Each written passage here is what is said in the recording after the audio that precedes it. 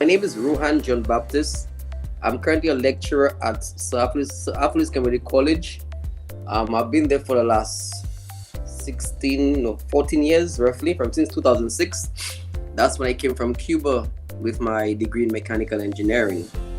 And before that, actually, a passed of Sir Apollos Community College, where I did automotive engineering and motor vehicle mechanics. So I have my first certificate in motor vehicle mechanics. My second, my second degree is mechanical engineering from Cuba, and my third degree is my master's in fire safety engineering.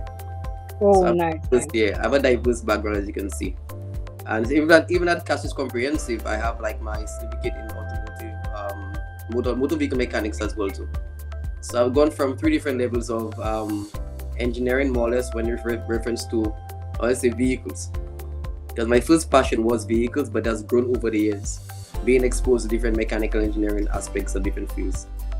Mechanical engineering is a really interesting field. I mean, it's like one of the four like basic engineering we can get into, because in St. Lucia, the basic engineering fields we have there, or I say not basic, but the common engineering fields we have in St. Lucia is mechanical engineering, civil engineering, structural engineering, electrical engineer, or you are, telecom is kind of in there right now, or you're an architect and mechanical. So apart from that, I mean, they don't have much other, they have engineering fields, but the majority of engineers are in that field and a foundation. So engineering for me is interesting because you tend to understand how things work in the world and how can you use that to make yourself better, or make the environment safer and better.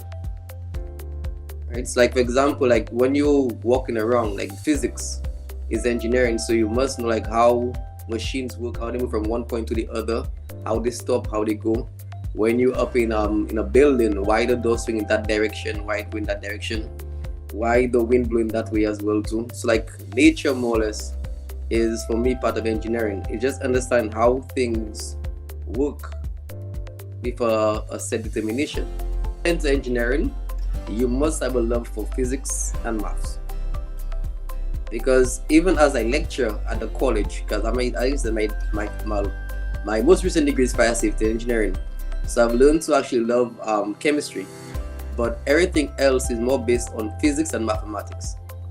You must try to understand how events happen, how machines work, how like parts are manufactured, why they're manufactured, and you must know the effect of it. So you must know the angles, the calculation of the angles, the calculation of how fast something's gonna go. For example, like if you're into vehicles, like you must know like what's the braking distance, what speed the vehicle is gonna go to get certain distance. So that can be calculated using calculated in physics by momentum, for example. How if you're gonna use a spanner to slacken a nut or bolt, how much force you're gonna apply on that spanner to get that bolt to move. Right? If you for example, into AC, like why the AC functions, you must understand the whole refrigeration aspect, and that there is some part of chemistry and some part of physics, because you're gonna have to understand how heat exchange happens. Even if in your vehicle, when you put your AC on your vehicle, you must understand like a certain temperature of the day or certain parts of the day, your AC is gonna blow colder, right, than at certain points, and because that's the whole temperature changes. So you must understand like physics, maths, chemistry. You must have a love for these three. And if you love to mash up, but simple things, like to break down things and find out how they work, you must have a love for it as well too. Like if you're into like music, sound engineering, that's physics. You must understand how sound is work. If you're into electricals, right, that's actually physics as well too, because you must know how current flows in one direction, and for example, what voltage you're gonna need, what's the power outputs, all that is actually physics.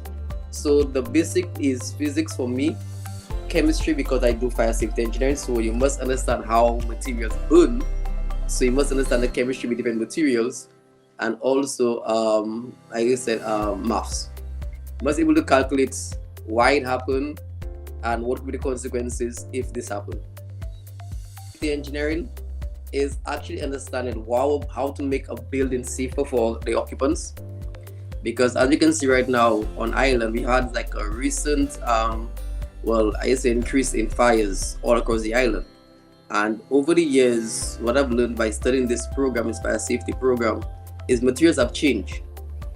The materials you're gonna get for a chair that was built 10 years ago is the very material you're gonna get right now in your house. And the materials 10 years ago burn different from those materials now.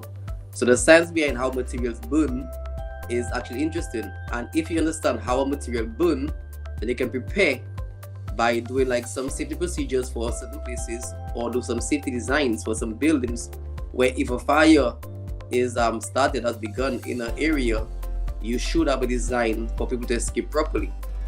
So that's why I love the aspect of fire safety.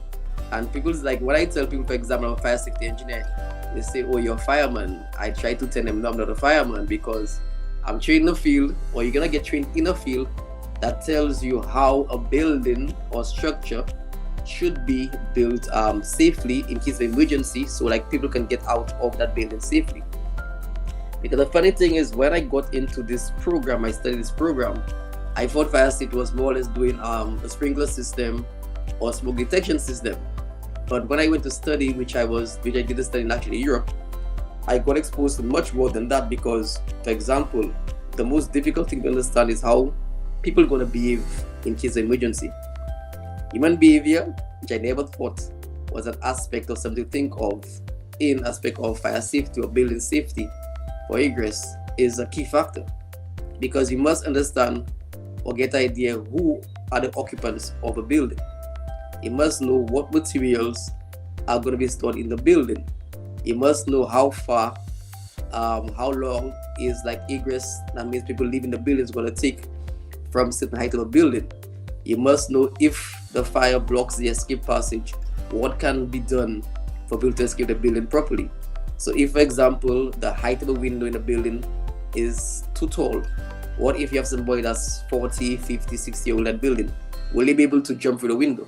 When it comes to mechanical engineering, there are so many different fields you can go into. You can go into AC, you can go into plumbing, you can do some electricals as well too when it comes to mechanical. You can go into drawing, you can go into AutoCAD, you can go into what you call building management, right? You can do BIM technology right now, because technology is changing. The world is changing, especially as we go in green, or the climate resilience, where you have to make a building safer, because you have to actually decrease the levels of ozone or destruction of the ozone layer. So with don't be afraid to enter it. It's an interesting field, right? If you love to like or try to understand how things work, how things are constructed, go into engineering. Do not be afraid, right? Because the only thing that's going to limit you from succeeding in this field, whether it be engineering, for example, is your mindset.